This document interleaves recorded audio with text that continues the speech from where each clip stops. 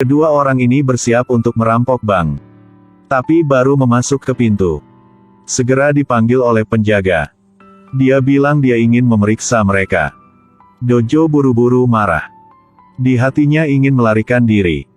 Tapi baru berbalik tubuhnya, alarm segera membunyikan peringatan.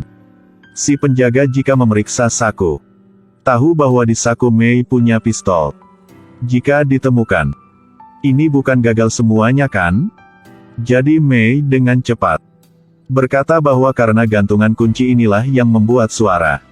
Tidak terduga, sang penjaga percaya ini benar.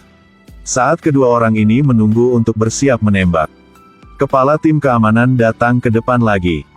Kalian berdua diinterogasi sejenak. Mei bertanya, apa yang terjadi Bapak? Kami sedang terburu-buru. Oh, aku baru membeli TV dengan layar besar. Mata buruk tapi kualitas TV terlalu bagus. Itu sebabnya dia melihat mereka berdua berdiri di depan pintu setiap hari. Tidak berpakai masker. Kalaupun tidak takut penjaga, harus juga takut dengan COVID. Setelah selesai kata, dia memeriksa tas kedua orang ini. Mei menunjukkan ekspresi khawatir. Melihat pistol akan jatuh keluar, dia dengan bingung menelan ludahnya ke tenggorokannya. Pada saat yang sama, sekelompok perampok bank yang nyata sudah datang. Hanya lihat sudah tahu mereka sangat profesional. Mulut memakai topeng, dua tangan dua senjata. Bergegas ke bank. Mengendalikan semua orang di dalam bank. Hentikan mereka, tidak bisa menolak ya. Membunuh mereka untuk meredakan iritasi mata. Seperti ini ya. Seorang penjaga buru-buru berlari datang. Karena matanya terlalu buruk. Jadi seorang perampok kulit putih menodongkan pistol ke kepalanya. Gagal semuanya. Dunia ini terlalu miskin, dah Bapak ya. Mei melihat adegan ini. Kesempatan ya. Dia dengan cepat mengambil semua uang. Barang berharga. Selama itu bernilai uang. Semua bisa dijual untuk mendapatkan uang untuk pengobatan dojo. Tapi sedang bersiap untuk melarikan diri. Ditemukan oleh perampok. Apakah ini malu? Apakah kamu akan mencuri lengan atas ayahmu? Kesini untuk duduk ya. Uang ini adalah apa yang aku coba curi, kamu membuangnya ke sisi lain. Mei dengan dingin duduk untuk penelitian. Bagan bank. Jalan keluar hanya satu aja. Analisis berdasarkan keseluruhan konstruksi bangunan. Hanya pergi ke ruang interogasi tadi. Di kamar itu ada pintu belakang.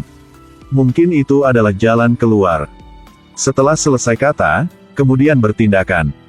Tapi dojo yang tidak beruntung, dibawa ke perbendaharaan oleh sang perampok. Jika berlari, dia juga tidak bisa keluar. Pada saat ini perampok berteriak pada manajer bank. Semua uang tunai di dalamnya membawa semua keluar untukku. Dengar jelas belum? Kekurangan sepeser pun, kamu akan ditembak mati. Tapi ketika manajer bank menunggu pintu terbuka, dia dengan cepat masukkan ke dalam. Lalu menekan lonceng alarm. Semua pintu keluar ditutup. Mereka tidak bisa berlari keluar. Tapi 15 menit lagi, polisi akan datang ramai seperti semut. Perampok sangat marah. Menarik keluar seorang wanita hamil untuk mengancam. Memaksa sang manajer harus keluar. Jika tidak, perampok akan membunuh si wanita hamil itu. Bisakah Anda menebak apakah orang ini akan menunjukkan wajahnya? Dia dengan sengaja berlari ke dalam, sekarang muncul keluar untuk apa? Tapi si wanita hamil ini takut sampai gila. Kutukan manajer yang egois. Kamu gila kan? Aku sangat takut. Aku akan melahirkan bayi sekarang ya. Kamu masih membuatku bekerja lembur. Setelah si perampok dengar, manajer bank itu sangat bajingan. Harus gunakan cara lain ya. Tepat pada saat ini, setetes air jatuh dari langit-langit. Semua orang angkat kepala untuk melihat. Benar ya. Jika dia merangkak melalui lubang ventilasi ini, dia dapat memasuki gudang. Tapi lubang ventilasi ini terlalu kecil. Mencari anak yang langsing baru memanjat ke sana. Para perampok melihat Mei sesuka hati. Jadi sudah berikan pistol untuknya. Jadi Mei sudah memanjat ke lubang ventilasi. Dengan mudah masukkan ke dalam gudang. Dia mengulurkan senjatanya untuk mengancam manajer untuk membuka pintu.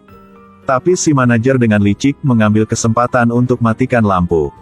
Sedangkan Mei masih berteriak di dalam. Setelah dengar, Dojo buru-buru mengetuk pintu. Lalu kutuk para perampok. Apa yang pria itu lakukan dengan Mei? Aku akan mempertaruhkan hidupku bersamamu. Heida. Sangat bagus ya. Ini bagus ya. Dojo hampir dibunuh oleh si perampok. Mei dengan berhasil memaksa sang manajer pergi keluar. Para perampok sudah mengambil uang. Cepatlah mencari jalan keluar dari sana. Tapi, polisi sudah datang di depan pintu. Beberapa ayam di dalam mendengar jelas ya. Kalian sudah dikelilingi ya, lepaskan senjata. Apa yang kita lakukan dengan senjata? Apa sih? Mereka tidak punya senjata kan? Gagal semuanya. Si wanita hamil takut sampai pecah air ketuban, si perampok segera bodoh. Sekarang harus melakukan apa? Sangat hitam untuk bertemu dengan gadis yang melahirkan bayi. Siapa yang tahu cara bantu lahirkan bayi? Sang manajer baru dengar. Takut nasib buruk menempel pada dia. Segera berpura-pura hipotensi. Saya pingsan dulu ya. Oh tapi saya lupa membawa obat jadi bagaimana? Perampok merasa si manajer ini akting yang dalam. Dia berkata, aku hanya punya peluru aja, kamu masih ingin makan. Manajer memohon aku sudah sehat ya. Pada saat ini seorang dokter gigi bangun. Berkata bahwa dia adalah dokter. Setelah melihat cairan ketuban wanita hamil. Dia baru paham. Sebenarnya dia sangat takut dan kencing di celananya. Teruslah berakting. Gagal semuanya. Orang ini perlu dibawa ke ruang gawat darurat. Jika tidak, baik ibu maupun bayinya akan mati. Mei di pihak ini, adegan masih kekacauan tanpa berhenti. Bernegosiasi lagi dengan Dojo. Kami mengambil kesempatan bahwa mereka tidak memperhatikan. Memegang tas itu lalu melarikan diri. Sampai ke pintu darurat. Pasti bisa melarikan diri dari sini. Pada saat yang sama, polisi menelepon datang. Tanyakan kepada perampok apakah mereka punya permintaan. Para perampok memaksa polisi untuk membawa sebuah mobil yang berisi bensil ke sini. Dalam waktu 3 menit, harus memiliki. Jika terlambat 1 menit, akan membunuh 1 orang. Pada saat ini, kepala keamanan berkata kepada seorang petugas keamanan. Dengar ya. Satpam seperti kita tidak hanya perlu melindungi uang. Tetapi juga melindungi orang-orang yang tidak bersalah. Sekarang juga kesempatan untuk biarkan kamu memajukan. Sebentar lagi. Kamu mengambil kesempatan untuk merampok di meja. Setelah itu menembak sampai mati beberapa perampok. Nanti kamu akan menjadi pahlawan. Baik. Aku mematuhimu. Memang benar aku tidak takut dengan musuh yang kuat. Aku hanya takut dibodohi oleh rekan satu timku. Ketika bandit berwajah kelelawar melihatnya, dia menembak kematian. Kepala tim penjaga tercengang. Dia berpikir bagaimana tidak mirip dengan apa yang dia pikir. Melihat sang perampok menembak sampai mati orang itu. Tapi dia masih biasa. Mei berpikir dia masih seharusnya melarikan diri. Jika tidak, cepat atau lambat dia akan dibunuh oleh perampok. Jadi kedua orang ini berpikir sebuah ide yang bagus. Itu untuk memaksa semua sandera memakai masker. Biarkan polisi menjadi bingung. Di awal keberangkatan, Mei memulai menyeret Dojo untuk melarikan diri. Dia berlari setengah jalan dan tidak lupa mengambil tas uang itu. Buru-buru berlari ke dalam ruang interogasi. Tapi ketika kedua orang ini membuka pintu besi itu, kedua orang ini harus menangis. Karena pintu itu hanya pintu palsu. Dalamnya adalah sebuah dinding. Tapi kesulitan mengungkapkan kebijaksanaan. Kedua orang ini menemukan 2 senjata AK di ruang ini. Situasinya terbalik untuk kalian berdua. Mei memaksa perampok pergi keluar untuk membuka pintu besar. Tapi satu orang cepat tangan. Merampok senjata dari tangan Dojo. Menuju padanya. Pintu menutup sekali lagi. Polisi di luar dengan ekspresi bingung. Apa yang sedang dimainkan orang-orang ini? Para sandera kembali lagi. Jadi si wanita hamil harus lanjutkan akting lagi. Berkata dirinya bersiap untuk melahirkan. Manajer bank juga mengatakan bahwa pakaiannya terlalu ketat dan melukai kakinya. Perampok itu melihat ke belakang sekali. Sandra tidak mengerti mengapa Sandra banyak bicara. Jadi dia menyuruh Mei keluar untuk mengambil obat dari polisi. Polisinya juga cukup kooperatif. Dia memberikan obat itu ke Mei. Tunggu sampai manajer mendapatkan analgesik. Dia tiba-tiba menangis. Gagal semuanya. Sekarang dia tidak bisa berpura-pura memiliki tekanan darah rendah lagi. Tapi bagaimana dilakukan sekarang? Tunggu manajer selesai berakting. Sampai giliran si wanita berhamil. Mempersulit si perampok. Bukankah lebih baik memilih seseorang untuk membawanya keluar? Aku adalah mahasiswa jurusan ekonomi Amerika. Sedang bekerja sementara waktu di sini. Dia selalu berpikir untuk mengorbankan dirinya untuk negaranya. Jika pilihnya, dia bisa menyelaraskan dunia. Kepala keamanan di pihak ini merenung dan tidak senang. Aku, namun tidak lulus sekolah kepolisian. Tapi aku memiliki keuntungan luar biasa. Itu adalah tidak ada otak. Ketika aku melangkah keluar dari sini, aku akan kehilangan ingatanku. Aku pergi. Karena aku ingin menemukan seorang perampok untuk menjadi suami.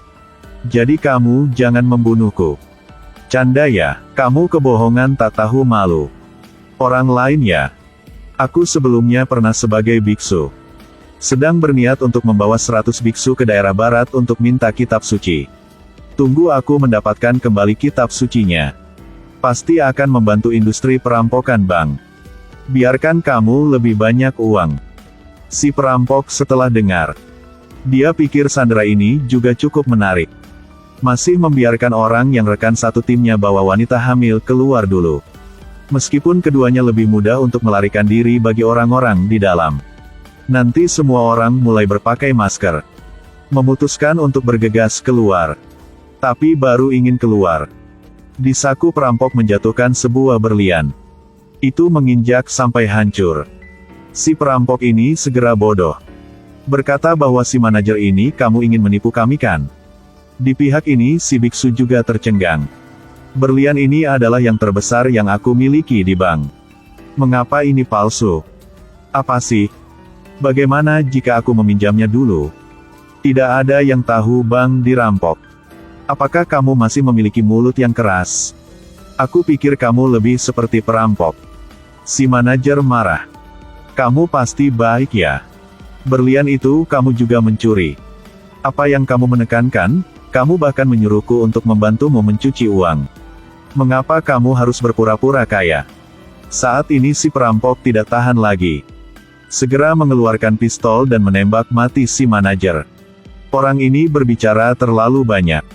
Tapi ketika kepala keamanan ditembak mati, semua orang mengambil kesempatan itu untuk bergegas. Si anjing ini. Kamu bercanda sepanjang hari seperti ini, sudah cukup belum? Si kepala keamanan dengan cepat bersembunyi di sudut.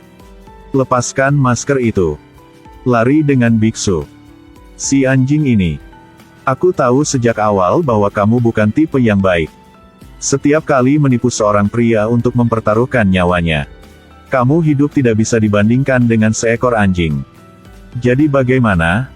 Ayahmu biasanya makan nasi anjing setiap hari. Apakah aku salah? Mei di pihak ini. Dikepung oleh perampok jahat. Datang sini. Menembak ya, tetap mati ya. Kamu menembak dulu lalu aku menembak. Jika tidak maka berhenti. Baiklah. Dojo tidak ragu-ragu menembak ke seorang perampok. Perampok itu ditembak sampai dia bahkan tidak bisa mengangkat kepalanya. Tapi Mei dengan tidak beruntung sudah berkena peluru. Dan mati. Adegan tadi. Itu hanya membayangkan Dojo aja. Saat membayangkan kematian Mei, Dojo berinisiatif untuk meletakkan pistolnya. Tapi si perampok seperti tidak ingin melepaskan nyawanya. Yang menunjukkan seolah-olah dia masih ingin membunuh mereka. Mei menunjukkan tidak setuju. Memaksa si perampok untuk menembaknya. Tembak aku, jangan seperti dia. Apakah kamu tidak tahu di mana berlian nyata? Saat aku diventilasi. Aku sudah melihat si manajer yang memegang berlian dan melarikan diri. Tadi dia berpura-pura berteriak. Ternyata membawa berlian itu untuk bersembunyi. Pada saat itu, perampok menyuruh kepala keamanan untuk berdiri. Ekspresi si wanita ini benar. Dibandingkan menyembunyikan uang, menyembunyikan berlian lebih tepat. Karena itu kecil dan mudah untuk membawa. Si biksu bingung. Berlian milik aku. Siapa kamu yang mengatakan membagi adalah membagi? Si biksu menjadi gila dan menembak mati si kepala keamanan. Si perampok tercengang. Apakah aku sudah salah lihat? Akulah satu-satunya perampok yang berhak membunuhmu. Si biksu dengan tenang mengatakan bahwa ingin bekerja sama dengan si perampok. Biarkan dia percaya. Dia segera menembak mati si dokter. Polisi berdiri di luar dan tidak tahan lagi. Segera bergegas ke dalam dan tidak tahu apakah ada yang bisa diselamatkan. Tapi baru ke dalam, si biksu segera bilang dia adalah Sandera. Tapi kekasih dokter menolak untuk melepaskannya. Angkat pistol dan menembak mati si biksu untuk membalas dendam si pacarnya. Polisi berdiri di sini dan tercengang. Sekarang tidak bisa tahu di mana musuh dan di mana Sandera. Tembak saja mereka semua untuk memastikan. Mei juga ditembak terluka. Nanti kepala polisi di luar baru ingat. Saat Mei keluar untuk mengambil obat, dia menggunakan tangannya untuk memberi isyarat dengan tangannya. Hanya perlu mewarnai di tangan. Adalah Sandera. Bagus ya, terlalu pintar. Polisi memeriksa sekali. Semua orang yang mati adalah Sandera. Tonton sampai akhir film biar tahu. Sejumlah berlian nyata di tangan Mei. Ketika orang-orang tidak memperhatikan, dia sudah memasukkannya ke tas Dojo. Kemudian Dojo mengambil berlian itu. Bersembunyi di toilet. Sangat bagus. Kedua orang ini akhirnya juga kaya. Tapi mereka sudah terlupa. Saat ini masih perampok. Berpura-pura menjadi Sandera dan melarikan diri dulu. Dia menggunakan waktu Dojo melamar Mei. Segera menembak mati kedua orang ini. Mari kita bercerita. Akhirnya orang yang menang masih si perampok. Hal ini tidak usah untuk bilang. Kamu tidak perlu melakukan apa-apa. Menang akan menjadi raja. Kalah akan menjadi musuh. Tamat film. Pemeran utama juga mati. Kelinci putih. Sampai jumpa.